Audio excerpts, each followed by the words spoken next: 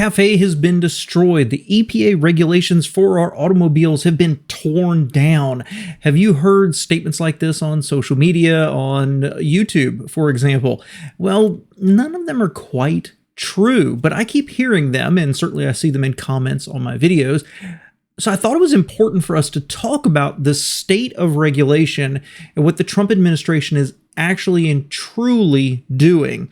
Welcome back to All Cars, y'all. I am John, and the Trump administration is making big deregulatory moves, but it's not as extreme as some people are saying it actually is. Now, I think it's important for us to talk about kind of the two categories, their history, what's actually being done, and then at the end I'll talk about what I think it actually means for the industry. So first, let's start with the EPA, the Environmental Protection Agency. They have the right to set standards for air quality and water quality and certainly tailpipe emissions from our cars. And that comes from the 50s and the 60s when smog and pollution and lead in our plants on the side of the road, for example. They've been around for a long time, and as with any regulation, it gets consistently stronger and harder to meet every single decade, let's say.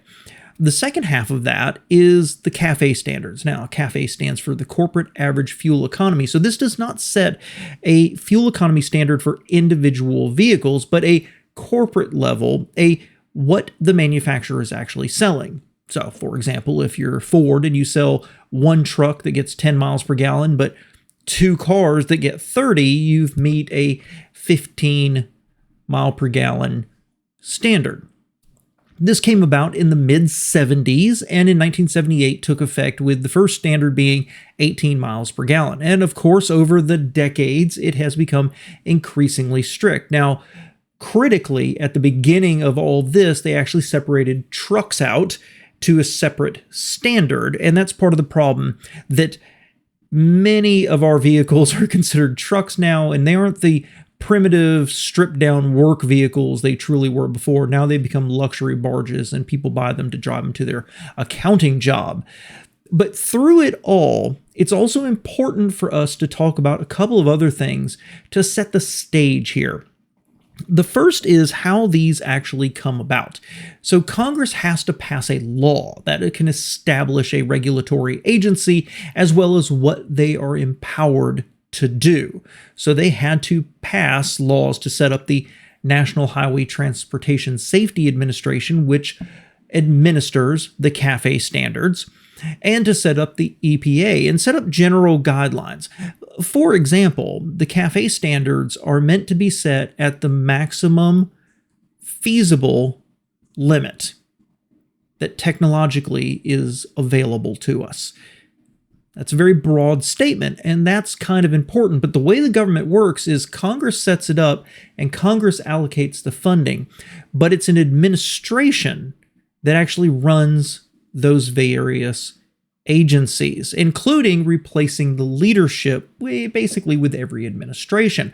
What that has allowed, many people would argue, and many conservatives would argue, is it allows political appointees to insert their policies, to insert their beliefs into what should be a scientific basis. That if you have an administration come in that believes more strongly in climate change and more strongly in EVs, you put people in charge that change the regulations and shift it this way. So the administration has the right to administer the regulatory agencies as it was established by Congress. But also there was something called the Chevron decision. Now, I did a whole video on this because Chevron has been overturned, but what it said before, and this dates back to the 80s, was that if there was a case that came before the court system, the judge had to rely on the expertise of the people from the regulatory agency. They couldn't insert their own opinion into it. And that's very critical. Now, it had been watered down over the decades, became very complex, and the Supreme Court has overturned the whole thing. But what that meant is that if your administration puts in the right people into an agency and they start shifting the regulations, Basically, the courts had to look at it and say, they're the experts. And that's where many of our conservative friends have said this is unelected people putting in place mandates like an EV mandate to force us all to do something without our voting for it through our representatives. So what has Trump actually done and his administration? Well, the first is, let's talk about the EPA. They've done a bunch of stuff, but I have had people say the EPA, the emissions from cars are being eliminated. That's not true. The EPA has not even rolled back any of the standards yet. What they've done is they've issued a press release that says they are preparing to take action to reconsider the Biden changes from 2024. So they're not talking about undoing 50 years of emissions standards. They are at this point only attacking what happened about a year ago, March of 2024, stricter standards that the Biden administration put in place. Now, the argument is and has been that those standards are so restrictive moving forward, the only way to do it is to move to EVs, to force manufacturers to sell more EVs and try to get our EV percentage up to, I believe it's 2/3 of sales. They've not eliminated that. At this point, they've just started the multi-step process to roll back a change that came about in 2024.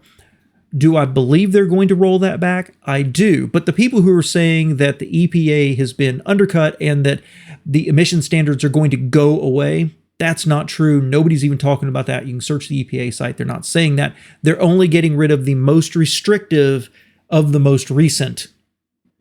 Let's go back to the CAFE standards and the fuel economy standards, because that's even more interesting. When fuel economy standards were first put in place, they established penalties for failing to meet it. So it was $5 for every 1/10 of a mile over or under the fuel economy standards per vehicle sold.